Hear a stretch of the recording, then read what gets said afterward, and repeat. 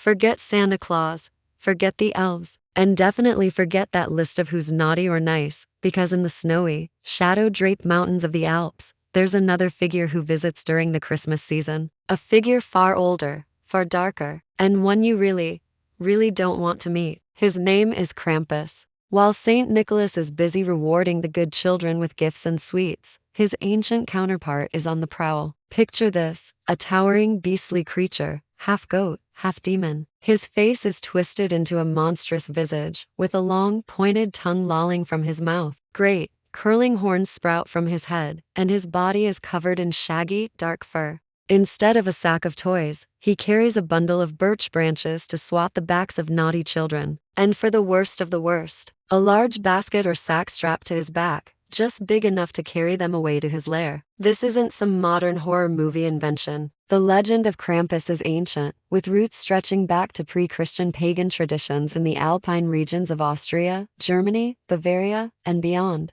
He's believed to be the son of Hel, the Norse goddess of the underworld. His name, Krampus, comes from the German word Krampen, which means claw. For centuries, he has served as the dark enforcer of holiday cheer, the yin to Saint Nicholas's yang. The tradition is most alive during Krampusnacht or Krampus night, on the evening of December 5th. This is the night before the feast of Saint Nicholas. In towns and villages across the Alps, the air grows thick with dread and excitement. The sound of clanking chains and heavy, discordant bells fills the streets. Then, they appear. Men, dressed in elaborate and terrifying Krampus costumes, some weighing over 100 pounds, with hand-carved wooden masks, real animal horns, and suits of sheep or goat skin burst into the town square. This is the Krampuslauf, the Krampus Run. It's a chaotic, frightening, and exhilarating parade. These Krampuses, often dozens of them, run through the streets, growling and menacing the crowds. They playfully swat at people's legs with their birch sticks, creating an atmosphere of thrilling terror.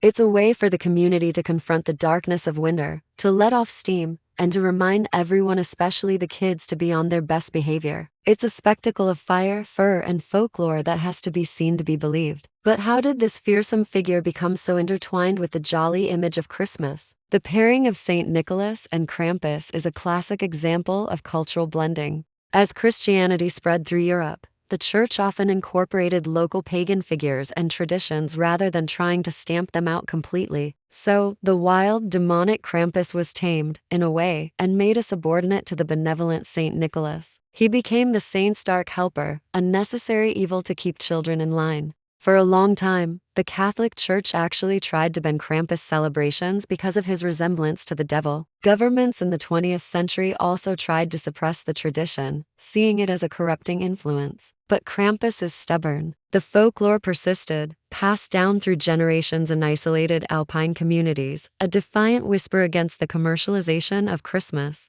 And now, in the 21st century, the whisper has become a roar. Krampus is experiencing a massive cultural resurgence, and he's broken out of the Alps. He's gone global. Thanks to the internet, social media, and a string of movies, TV shows, and graphic novels, Krampus has captured the imagination of a whole new audience, especially in North America. People are fascinated by this darker, more complex side of the holiday season. It offers a thrilling alternative to the sometimes overwhelming sweetness of mainstream Christmas. It taps into that primal part of us that enjoys a good scare, that understands that light can't exist without a little bit of shadow. This modern revival isn't just happening on screen. Krampus is hitting the streets in cities far from his mountain home. From Los Angeles to Philadelphia, communities are now hosting their own Krampus parades and festive events. People are embracing the tradition, creating their own costumes, and participating in their own Krampuslaufs. It's a way to connect with a different kind of holiday spirit,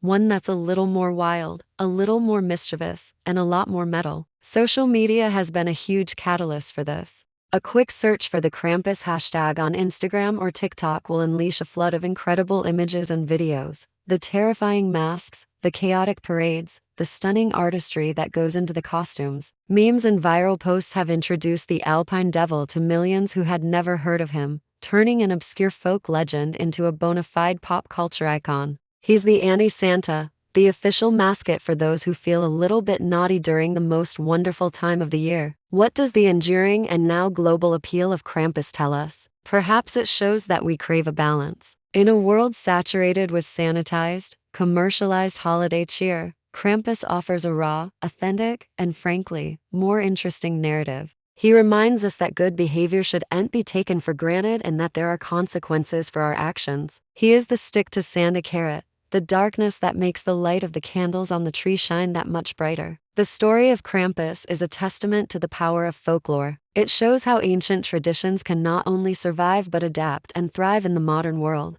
They can cross oceans and cultures, finding new meaning and new audiences. They remind us that beneath the shiny wrapping paper of modern holidays lie older, deeper, and sometimes scarier truths about who we are. So this year, when you're hanging your stockings and decorating your tree, listen closely. Past the sound of cheerful carols, you might just hear the distant clang of a chain, the faint jingle of a heavy bell. It might just be Krampus, making his rounds, checking his own list. And you better hope you're not on it. Thanks so much for watching. What do you think of the Krampus legend? Have you ever been to a Krampusnacht? Let me know in the comments below. And if you enjoy diving into the darker side of history and folklore, make sure to hit that subscribe button and turn on notifications so you don't miss our next video. See you next time.